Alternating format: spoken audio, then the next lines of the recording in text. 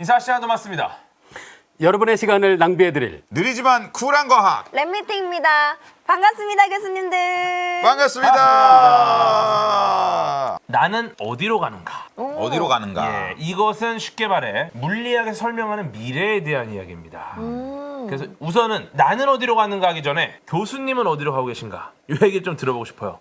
물리학자로서 굉장히 활발한 대중활동을 하고 계신 분입니다.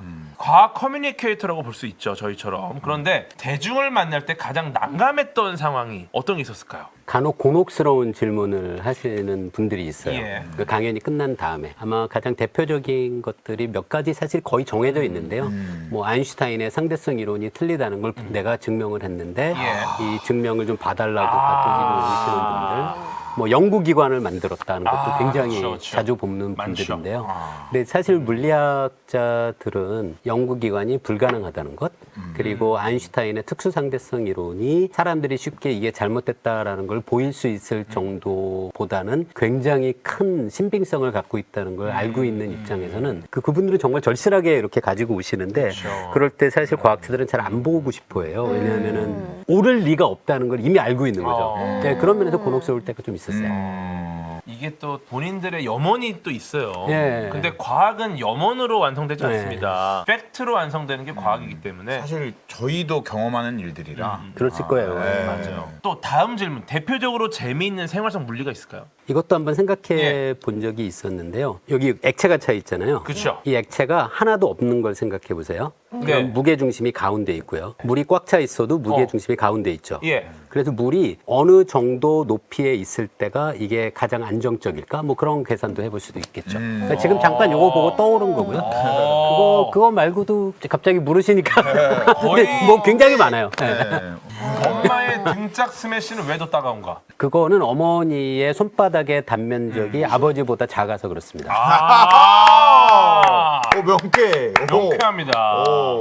이제 미래로 떠나보겠습니다. 미래로 가기 위해 가장 중요한 것을 먼저 알아보는 시간. 위대한 물리학자 리처드 파인만은 모든 과학 지식이 다 파괴되고 다음 세대에게 가장 많은 정보를 담은 짧은 문장 하나만을 남길 수 있다면 모든 물질은 원자로 이루어져 있다는 말을 남기겠다고 말했습니다. 이제 저희가 우리는 어디로 가는가에 대한 얘기를 해볼 텐데 교수님께서는 어떤 문장을 남기고 싶으세요? 오늘 제가 지금 잠깐 떠오른 이 질문에 대한 답은 포기하지 말라일 것 같아요.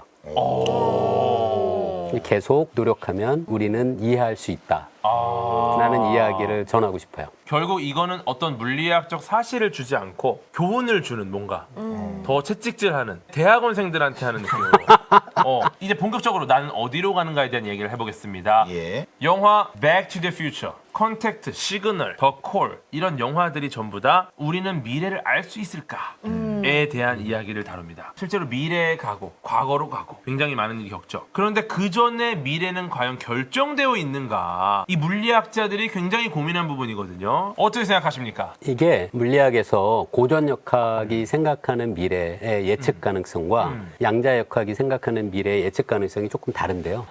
오늘은 주로 고전역학 이야기를 아마 하게 될 것 같아요. 고전역학은 그 뉴턴의 운동방정식이 딱 주어져 있잖아요. 근데 뉴턴의 운동방정식을 수학적인 형태가 이게 미분 방정식의 형태를 갖고 있는데요. 이게 그 조금 얘기가 좀 어려워지는 것 같아서 죄송한데 별게 아니고요. 어떤 거냐면 미분 방정식으로 어떤 방정식이 적혀요. 그 의미는 지금 현재 정보를 우리가 정확히 알고 있으면 그 바로 뒤에 미래의 상태를 우리가 정확히 알아낼 수 있다는 거예요. 그러니까 현재가 주어지면 잠시 뒤의 미래를 우리가 알아낼 수 있다는 게 결정론을 따르는 모든 미분 방정식의 의미예요. 근데 이게 왜 흥미로운 거냐면 지금 현재의 정보를 알아요. 그럼 예를 들어 0.01초 뒤에 무슨 일이 벌어질지를 알아요. 그러면 그때 정보를 미리 지금 알게 된 거잖아요. 예. 그럼 그 다음에 0.01초가 더 흐른 뒤의 미래가 무엇인지도 지금 알 수 있어요. 이걸 계속하는 거예요. 그럼 지금 현재 정보를 알면 1시간 뒤의 정보를 알게 되고요. 그걸 이용하면 열흘 뒤, 100년 뒤, 10,000년 뒤에도 지금 어떻게 고전역학을 따르는 물체의 운동 상태가 100만 년 뒤에 변하게 될지를 지금 알아낼 수 있다는 거죠. 그러니까 이런 걸 이제 그 고전역학이 가지고 가지고 있는 결정론적인 성격이라고 해요. 그러니까 고전역학은 결정론적이에요. 현재의 모든 정보를 모으면 미래에 언제인지도 상관없어요. 1년 뒤든 100년 뒤든 뭐 10만 년 뒤든 미래에 어떤 일이 벌어질지가 지금 이 순간에 이미 결정되어 있다라는 그렇죠. 게 고전역학의 예. 결정론의 의미예요. 그렇죠. 우리 지금 고전역학적으로 고전역학의 선두주자, 굉장히 희대의 천재 뉴턴 같은 경우가 계속 조금씩 미래를 알다 보면 결국 알 수 있다. 하지만 손병준 교수님, 뉴턴도 주식 투자에서 잃었다. 어떻게 생각하십니까? 주식 투자에 관계되는 주식 시장은 결정론을 따르지 않아요. 간단하죠. 간단합니다. 예. 그리고 또 여러 가지 생각할 수 맞아요. 있는데요. 그 예. 주가의 움직임은 고전역학을 따를 이유가 전혀 없거든요. 맞아요. 이게 어떤 관성이 있는 어떤 질량이 있는 물질도 아니고요. 게다가 주식 시장의 가장 또 큰 문제는 주가를 결정하는 어떤 그 변수들을 외부로부터 독립할 수가 없어요. 아, 이게 그렇죠. 외부에서 무슨 일이 벌어졌는지가 끊임없이 정보가 유입되잖아요. 그래서 이거는 고전역학의 결정론을 따르지 않아요. 예. 아. 뉴턴이 주식으로 손해 많이 봤거든요. 네. 그 다음에 이런 말을 남겼어요. 나는 천체 움직임을 계산할 수 있지만 인간의 광기는 계산할 수 없다. 이런 말을 남겨주셨거든요. 과연 땄다면 그런 말을 했을까요? 그러면 나는 천체 움직임을 계산할 수 있고 그래서 인간의 광기도 계산했다.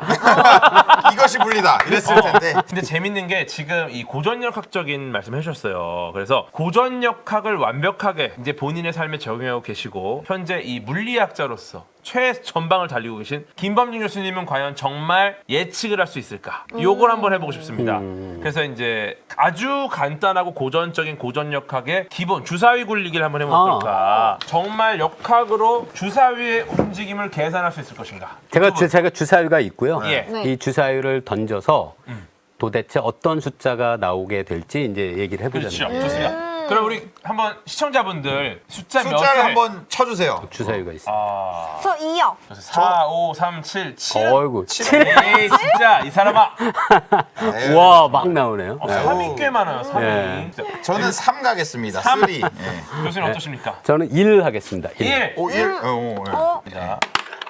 예. 1 나왔습니다. 아, 1. 1. 예. 다시 할게요. 예. 한 번 더. 요번에도 1이 나오게 하겠습니다. 예, 좋습니다. 네. 두 번 연속 1. 4! 네. 4! 아, 잠깐만. 아, 이게 잘 안 되네. 아, 역시 주사위의 6분의 1. 이걸 제가 설명을 드릴게요. 네. 지금 이 주사위가 보통 보면 여러분이 익숙한 보통 주사위처럼 보이시잖아요. 네. 근데 이 주사위가 흥미로운 게 만약에 5의 눈이 나오게 하고 싶다. 네. 그럼 이 상태로 5가 위를 향하도록 두고 기다려요. 조금. 네. 시간이 좀 지난 다음에 그 다음에 던지면 5의 눈이 높은 확률로 나오게 만들어진 주사위예요. 신기하죠? 네. 그래서 이걸 먼저 볼까요? 네, 5가 나왔어요. 오! 이 안에 아마 그 모래시계 같은 구조가 있을 거예요. 그래서 이 상황을 오래 두면 야. 모래가 아래쪽으로 몰려서 무게 중심이 아래로 이동하는 거죠.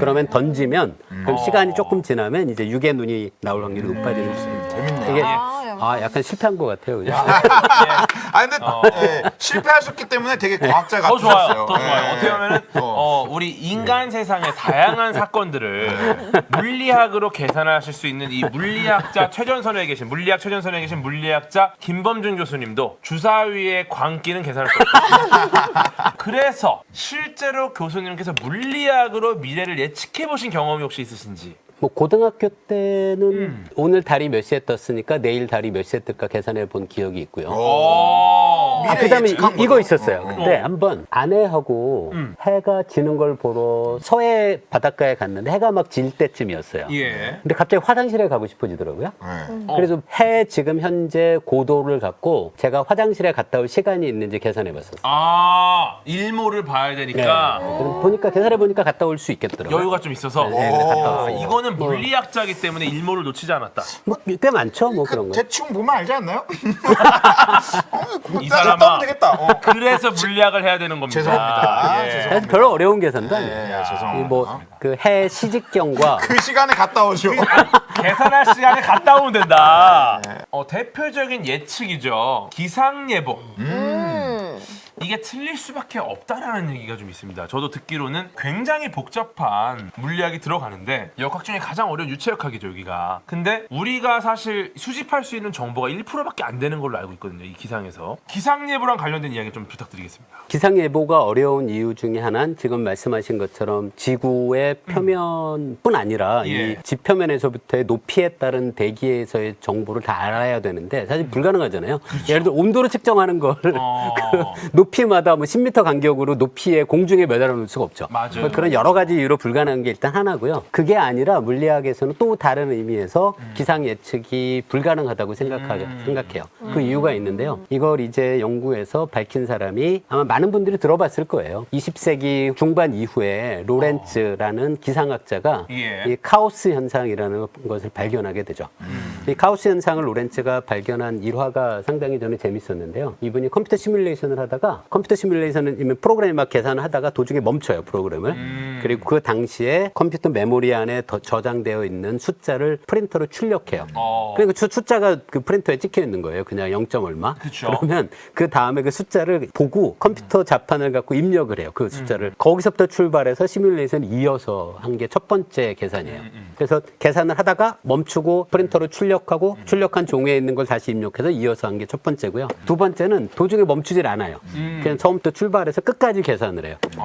그럼 생각해 보면 첫 번째 방법과 두 번째 방법이 결과가 달라질 이유가 하나도 없을 것 같잖아요. 그렇죠. 도중에 잠깐 멈추고 네. 출력하고 입력하고 한 거랑 그렇죠. 그냥 멈추지 않고 계속 이어서 한 거랑 차이가 뭐가 있을까? 그러니까. 근데 로렌츠가 그 차이가 있다는 걸 발견해요. 그 로렌츠가 사용했던 프린터가 재밌는 게 유효 숫자가 소수점 아래 세 숫자밖에 찍지 않았대요. 0.506이라는 숫자만. 그런데 프린터로는 소수점 아래 숫자를 3개를 찍었지만 그렇죠. 사실 컴퓨터 메모리에는 소수점 아래 3자리 밑에도 숫자가 있었겠죠. 근데 그 숫자는 프린터에 찍힌 숫자와 컴퓨터 메모리에 정말로 컴퓨터가 가지고 있던 숫자랑 비교하면 두 숫자가 거의 차이가 없는 거잖아요. 0.0001 정도의 차이밖에 없는 거죠. 근데 그 작은 차이 때문에 이 최종 결과가 급격히 엄청나게 달라진 걸 발견하면서 로렌츠가 이제 드디어 그 카오스 이론을 생각하게 된 거죠. 아주 작은 처음의 차이가 시간이 지나면 굉장히 큰 차이를 만들어낼 수 있다는 걸 본 거죠. 그래서 이걸 갖고 아마 많은 분들이 들어보셨을 거예요. 나비 효과라는 얘기가 여기서 나와요. 그래서 브라질에서 나비 한 마리가 날개를 퍼덕이면 텍사스에서 토네이도가 만들어질 수도 있다. 그렇게 얘기를 하게 되는 거죠.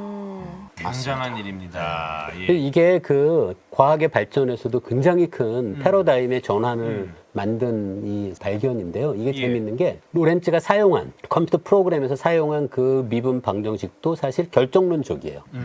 현재 상태가 주어져 있으면 미래가 딱 하나로 주어져 있을 수밖에 없는 결정론적인 방정식을 컴퓨터로 계산한 건데 예. 결과가 엄청 달라지게 된 걸 깨달은 거죠.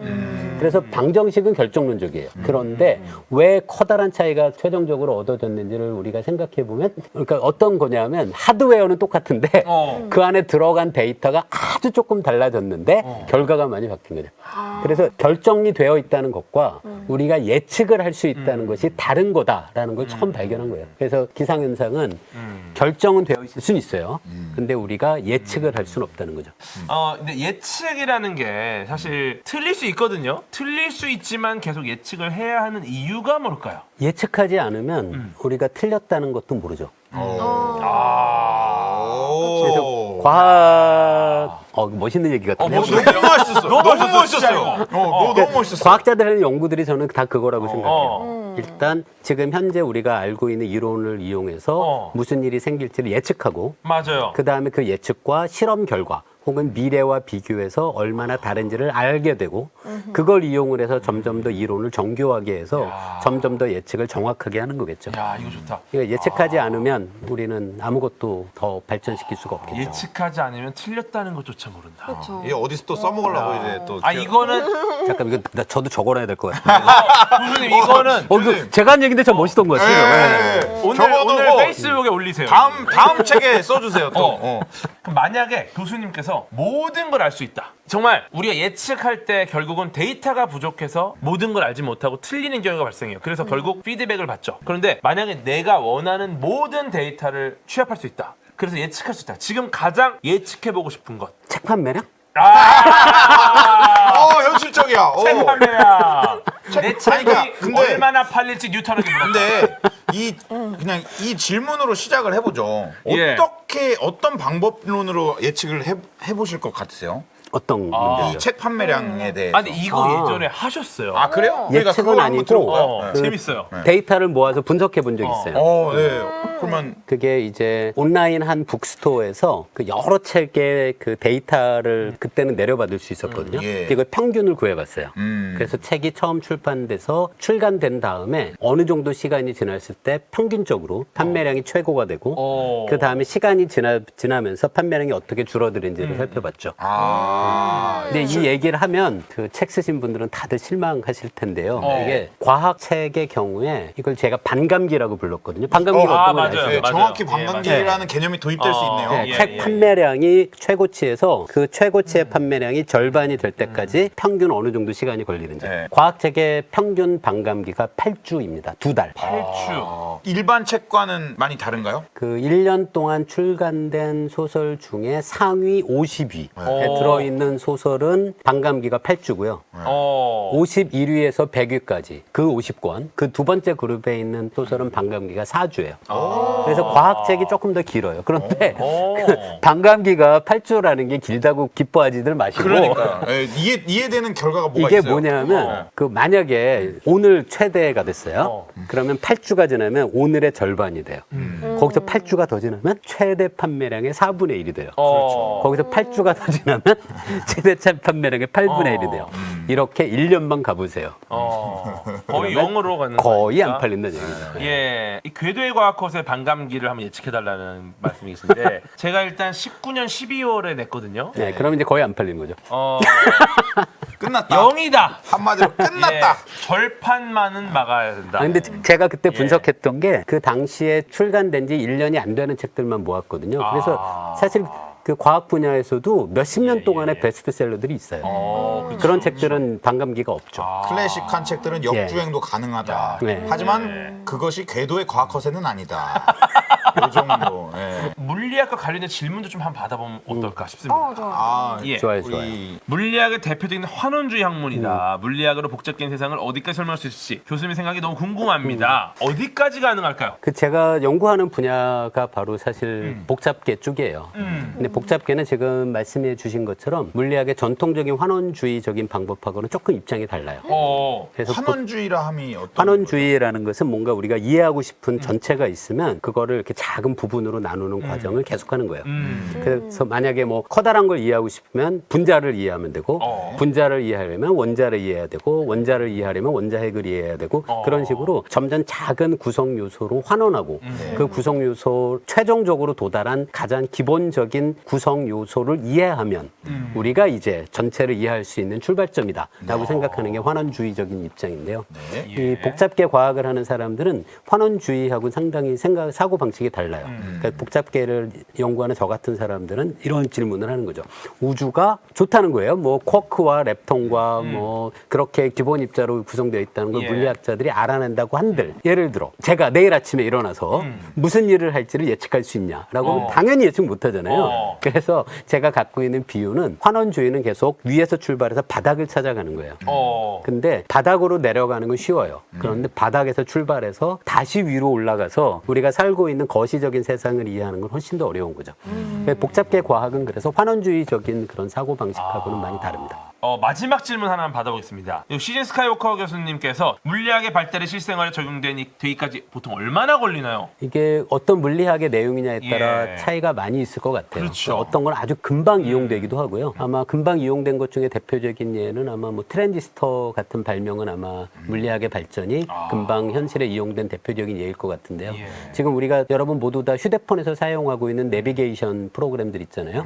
그거는 이제 아인슈타인의 특수상대론과 일반상대론의 그 이론이 없으면 지금 우리가 이용하는 이 정확도를 만들어내지 못하거든요. 그렇게 생각하면 이거는 아인슈타인의 일반상대론과 특수상대론이 그 이론이 만들어진 지 거의 한 80년 정도 이후에야 응용된 걸로 볼 수 있죠. 그렇게 보면 어떤 거는 굉장히 오래 걸리기도 해요.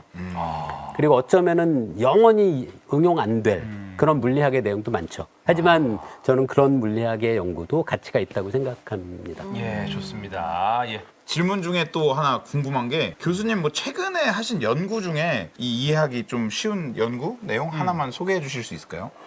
지금 제 그룹에 대학원생들 하고 있는 연구 주제가 몇 개 있는데요. 네. 지금 말씀 듣고 딱 떠오르는 주제 중에 하나가 우리나라 한국어 사전이 있잖아요. 그 한국어 사전 그리고 사람들의 어떤 글들의 모음 이걸 말뭉치라고 하거든요. 예. 영어로는 코어푸스라고 하는데요. 그런 글들을 그걸 비교를 해서 과연 우리나라 어휘의 중심이 되는 어휘들을 찾을 수 있을까?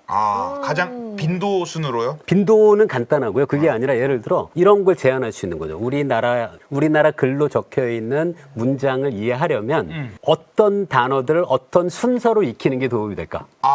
예, 그런 걸 해볼 수 있으면 재밌지 않을까? 그래서 지금 진행하고 있는 연구 중에 하나예요. 이거는 만약에 결론이 나면 교육 쪽에 바로 적용이 됩니다. 교수님 다음 책은 그런 건가요? 한국어 익히기?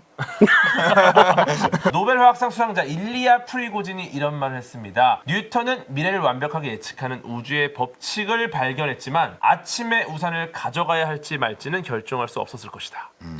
네, 예측할 수 없는 미래라는 걸 우리가 이미 알고 있습니다. 그럼에도 불구하고 우리는 여전히 1차원의 시간축을 계속 달려가고 있는 거죠. 왜냐? 틀린 미래라도 예측을 해봐야 우리가 틀렸다는 것을 알 수 있으니까. 중요한 건 이 물리학자들은 현재 가지고 있는 걸 통해서 할 수 있는 건 다 해본다는 사실입니다. 그게 바로 과학이고 그 선두에 우리 김범준 교수님 같은 물리학자들이 계십니다. 저는 물리학뿐 아니라 사실 과학도 마찬가지고 모든 영역의 학문이 마찬가지라고 생각해요. 모든 것들이 다 결국은 우리가 어떤 존재인지를 이해하고자 하는 인간의 지적 활동이라고 생각하고요. 그래서 어떤 분야에 상관없이 많은 분들이 그런 질문들, 고민들, 생각들 그런 것들을 계속 이어가시는 것이 우리가 살고 있는 세상도 더 좋게 만들고 각자의 삶도 더 풍요롭게 만드는 방법이 아닐까 그렇게 생각합니다. 오늘 즐거웠습니다. 감사합니다. 인사 시간도 맞습니다. 여러분의 시간을 낭비해드릴 느리지만 쿨한 과학 랩미팅이었습니다. 감사합니다, 교수님들. 게임새입니다. 감사합니다. 네, 안녕.